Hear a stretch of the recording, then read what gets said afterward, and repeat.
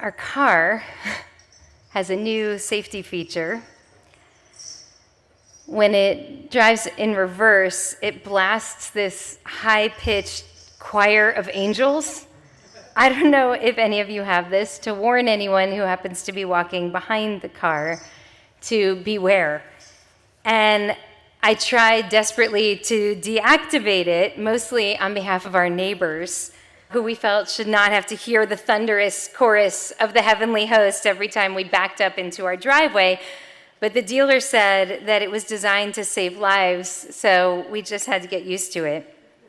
And I think now that it might be because I've been surrounded daily by the sounds of the heavenly chorus that I have lately been particularly attuned to angels, which is actually what I want to talk about with all of you tonight.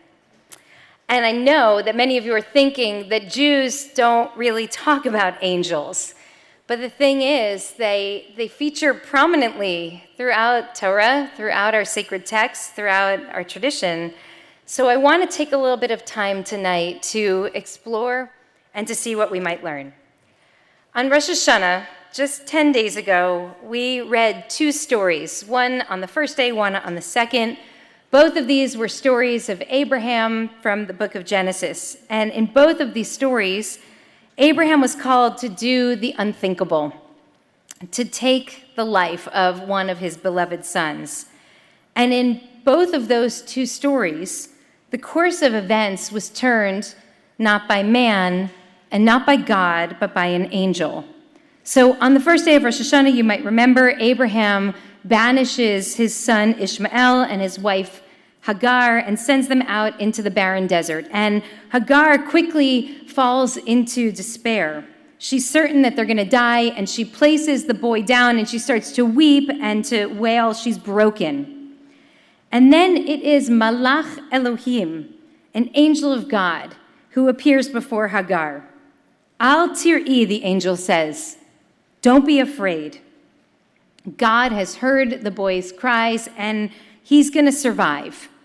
And in that moment, Hagar's eyes are opened, and miraculously she sees a well of water that was actually just right in front of her. And the rabbis ask, did God place the well in that place in that moment?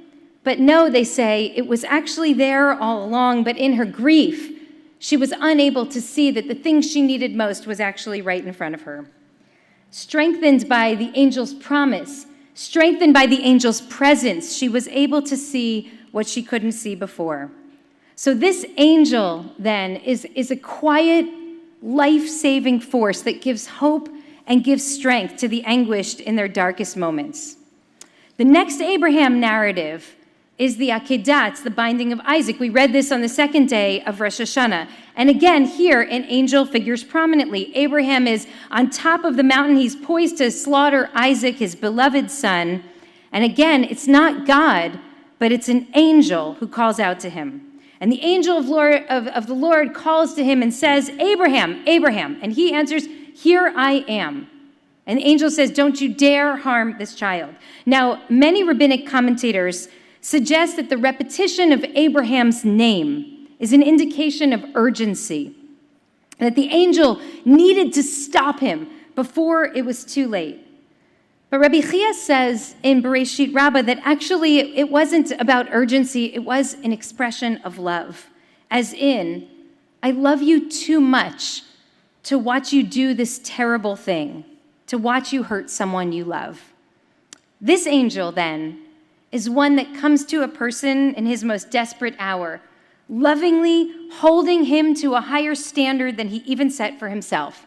And in that moment, you might remember Abraham looks up and he sees a ram that's caught in a thicket, and it occurs to him, maybe I can offer God this ram instead of my son. It's an incredible act of chutzpah to give God a ram when God asks for a child.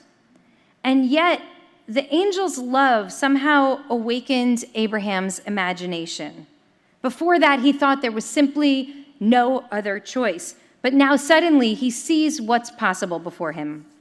These angels, they give Hagar and they give Abraham hope They help them find clarity. They awaken their moral imagination. In the Torah, angels are called melachim.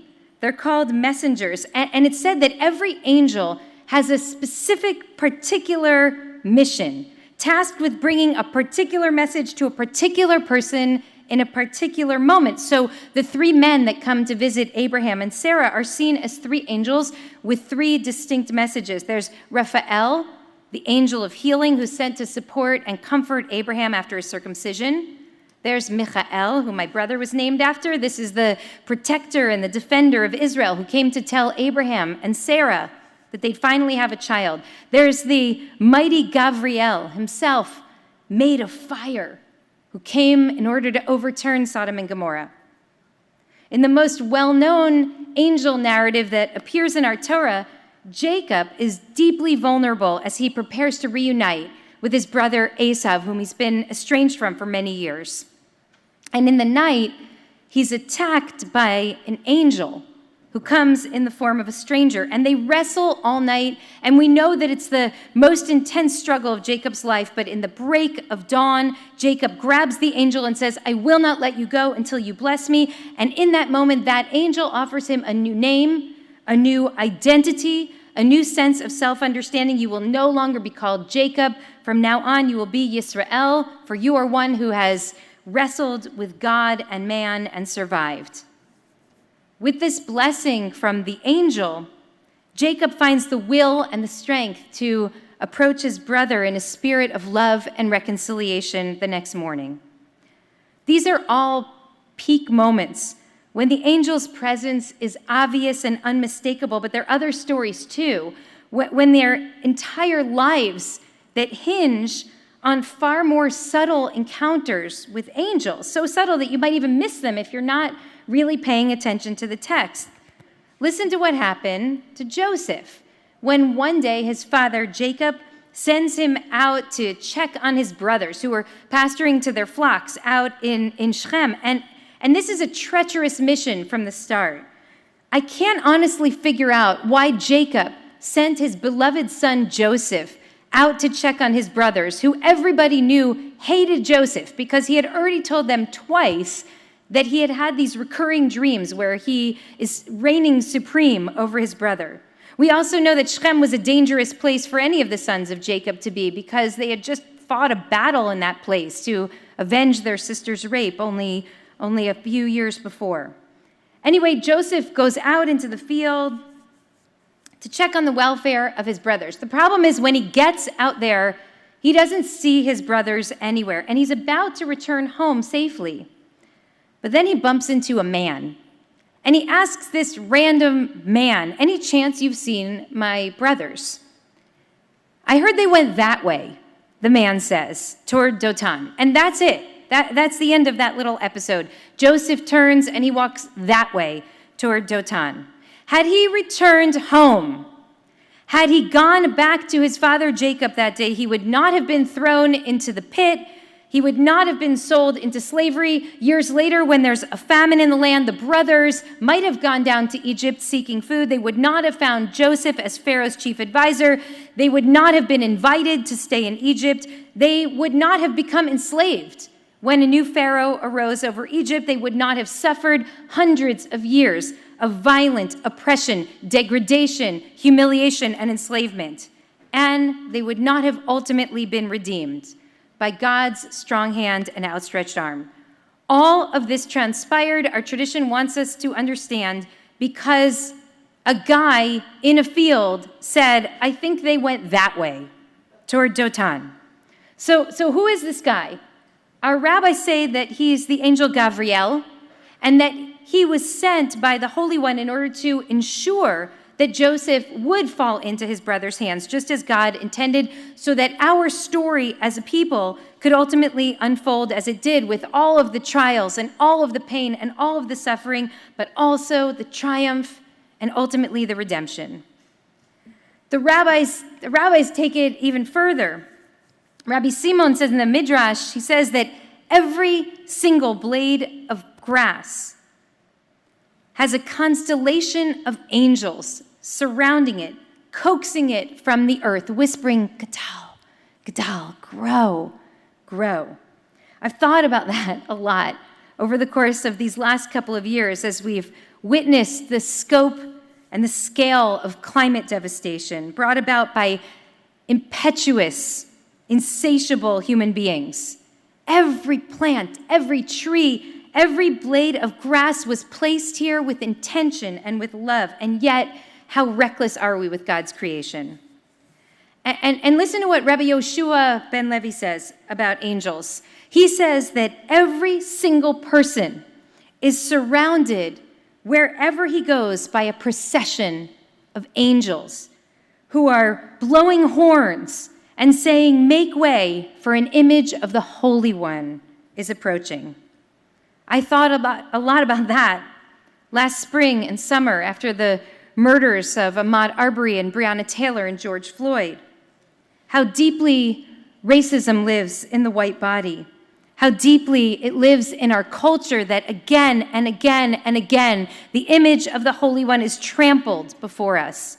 How else could we keep missing all of those angels with their trumpets and their proclamations begging us to see the divinity in every single human being? And there's so many more angel stories and teachings in the Torah, in the prophets and judges and among the rabbis. There are angels everywhere throughout our tradition, from our sacred text to our folklore to our liturgy. I hope you're seeing the through line here. Angels appear in this world, often in moments of incredible vulnerability, danger, fear, and they come to give us moral strength and clarity and hope, to help us believe again. They challenge us to think creatively about what might be possible, and they let us know that we're not alone. They offer protection and connection and inspiration. It's Kol Nidre. Why am I sharing this with all of you tonight?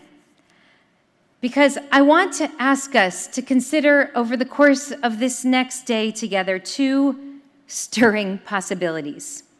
One, that there really are angels everywhere, not only back then, but also in our time, also now. And that they're even in this room. They're even on this Zoom. I want to ask you to consider that there are those blessed souls who were brought into this world to do holy work, the holy work of transmitting sacred messages, of planting the seed of hope and possibility in the darkest of moments, just like Hagar's angel, of lovingly holding us to a better version of ourselves by holding up a mirror and saying, "I know that you can do better. You can and you must live in greater alignment with your own values," calling us to cherish the preciousness of life like Abraham's angel did. That there are those who are tasked with wrestling with us, giving us strength and clarity, perseverance and resilience, especially in the moments when we're feeling the most vulnerable. And there are those whose sacred task is to gently, subtly point us in the right direction so that our stories can unfold with grace. There are God's angels everywhere, even here. And I know that you've encountered them. I know that you've encountered them in a quiet whisper, in a mysterious presence. I know you encountered an angel with the person who gave you a loan when you were desperate and then wouldn't let you repay it. I know you encountered an angel with the couple that calls you every Friday for 3 years just to check in after your son tragically died on a Friday. I know that you encountered an angel with the one who sat with you in the darkness, not to cheer you up, but just to be beside you. With the one who said your loved one's name at Kaddish when you couldn't make it to morning minyan. With the one who told you that her husband also has Parkinson's and she could help you make your way through the unknown. With the one who saw your beauty and your promise when you couldn't. I know you know that there are angels here too. You have all seen them. We have all seen them. The second thing that I want to ask you to consider tonight is that you may be one of them. A few years ago, our beloved Marta Kaufman gave an incredible speech when she won a Lifetime Achievement Humanitas Award, and she spoke that night about the imposter syndrome. And I'll never forget this. Imposter syndrome is when somebody thinks that she's a fraud, and she lives in fear of being exposed as a fraud day in and day out. It's paralyzing, it is debilitating, trust me.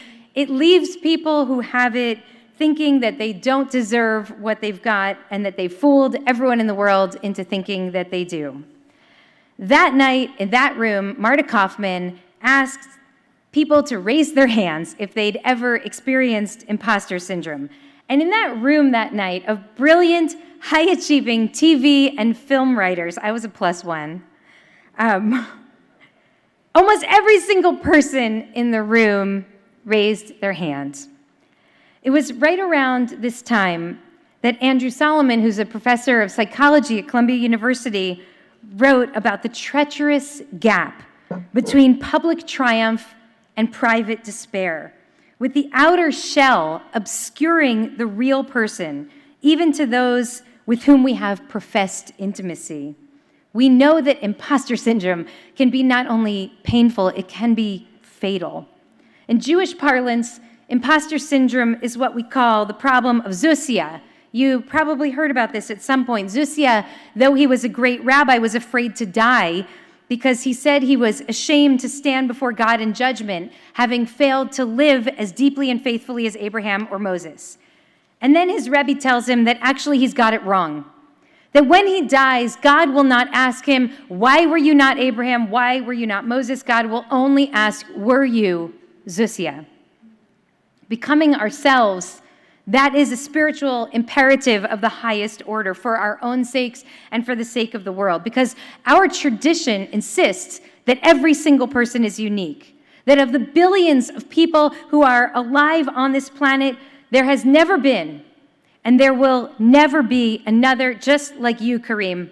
That's it. Here you are, and it's only you. And it's also true about you, Sarah. And it's also true about Lirona. It's true about every single one of us. That is an incredible claim.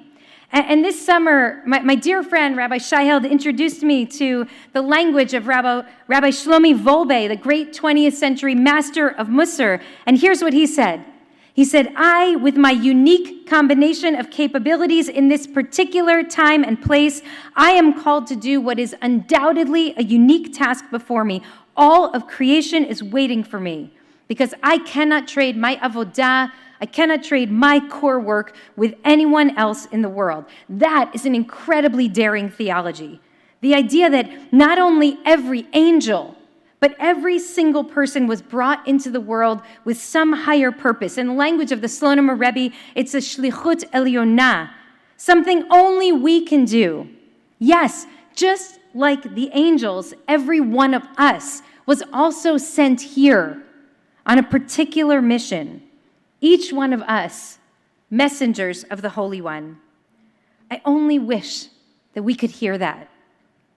We inflict so much pain on ourselves because we don't believe that our voice will matter. We think someone else will be better qualified. We're afraid. We're distracted. We're really busy. We have these devices attached to our bodies. I think that might ultimately be the work of Yom Kippur, to peel away those protective layers around the heart that keep us from seeing who we really are and who we're actually called to be, so that when the moment arises, we will be ready to step up. There's a Mishnah that I have shared with this community many, many times. This is a text that absolutely changed my life when I encountered it and changed my understanding of love, of human suffering, of the power of community. You may have heard me share this before. This Mishnah teaches that in temple times, thousands of people would converge on the Temple Mount for pilgrimage, and all of them would enter the courtyard in one seamless mass. They would enter, they would circle around the perimeter to the right, and then they'd make their way out the very same door that they came in. But someone who's suffering, someone who's brokenhearted, someone who's lonely, someone who's grieving, someone who's sick, Misha Erudavar, someone to whom something awful happens, that person has to show up too. That person shows up through the same doorway that everyone else entered, but when she walks in, she turns to the left instead of the right. And she has to walk her way around that circle, but in the opposite direction. I just want you to think about that for a moment. When we're suffering, when our loved ones are hovering between life and death, when our lives are encased in darkness, when every instinct we have is to isolate, because who would understand our pain anyway? We are called to show up. We're called to walk against the grain.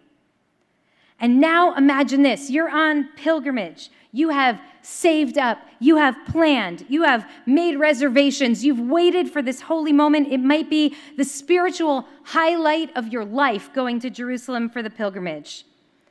And then here you are making your way around the courtyard, and this miskein, this broken guy, is walking toward you. And all you want to do is avert your eyes because you're on a spiritual quest. But you're not allowed to. You're not allowed to.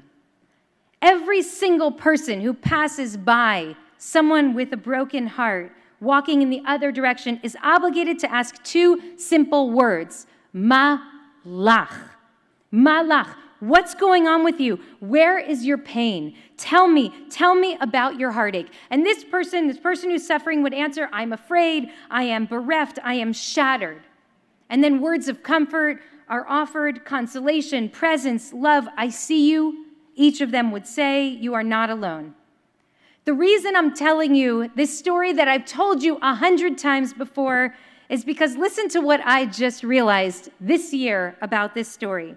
This question, the question that we are called to ask one another, malach, that is precisely the question that the angel asked Hagar that day that the angel found Hagar weeping and wailing in the desert sun. Malach, Hagar, tell me about your pain, Hagar. And the message, it seems to me, is perfectly clear. Now it's each of us that's called to step into the role of the angel on earth and to ask malach, and in so doing to become the malach, to become the angel ourselves. You heard Ali and Jeremy's story tonight. You heard about how sometimes in life you go out for a run before Shabbat and you're struck and you're nearly killed by a drunk driver. And I really thank God. I thank God every day that you are before us and able to tell this incredible story, this miracle. And I know that you're healing and that you'll recover because you're one of the strongest and most willful and most beautiful people I know. There's another part of the story that I want to tell you tonight that Ali and Jeremy said it was okay to share. Ali might not be here tonight had it not been for a team of angels that saved her life. When the drunk driver hit Ali and started to speed away, there was a woman named Angie who was out for a walk with her 2-year-old child, the same age as Ali and Jeremy's youngest child. Holding her little child in her arms in the face of this horrible accident, she ran into the middle of the intersection and she blocked incoming traffic with her body while calling 911. At just that same moment, there was a guy named James who was waiting at a red light in the other direction. And he also witnessed as Ali was struck. He instinctively, without being asked, jumped out of his car to block the traffic coming from the other direction. Like Angie, James protected Ali's body with his own. And also at that intersection, at that moment, there was a man named Andrew who, like Ali, was out for a run in the neighborhood that afternoon. And witnessing the impact of this accident, he ran after the car that struck her and shouted for the driver to stop. And then he raced back to where Ali was lying on the ground. And this stranger, some guy named Andrew, held her limp body in his arms. And he told her his name, and he spoke gently to her, and he told her that he would not leave her alone until help came. He may not have known that he was the help himself. I don't know any of these 3 people. I don't know why they converged on this street corner at precisely this moment, on precisely this day, or how they knew exactly what they needed to do in that moment. I know that their presence feels unquestionably holy to me. It is impossible for me to believe that this was not part of their shlichut, part of their higher purpose in this world. And I understand, even as I say this, that this raises some profound theological dilemmas. Why do angels sometimes appear just precisely at the moment that we need them, and yet sometimes they don't? I thank God that Allie was saved. I don't know why other people we love were not. The only thing that I can come to is that since we don't understand the inner workings of angels or God, when they're sent and why and how, all the more so, every single one of us needs to make sure that we step forward when we are called. Toni Morrison gave an incredible eulogy for James Baldwin, and she closed it by quoting back his own words. He said, "Our crown has already been bought and paid for. All we have to do is wear it." I am asking us tonight to train our eyes in this time of so much suffering and such hard edges to see the angels that are before us, and to know in our hearts that we too are called to wear our crown, to be those ministering angels in this broken world, Malachei HaSharet, messengers of the Holy One. I pray that we learn this year how to see the brokenhearted, and rather than turn away, to ask Malach, tell me about your pain.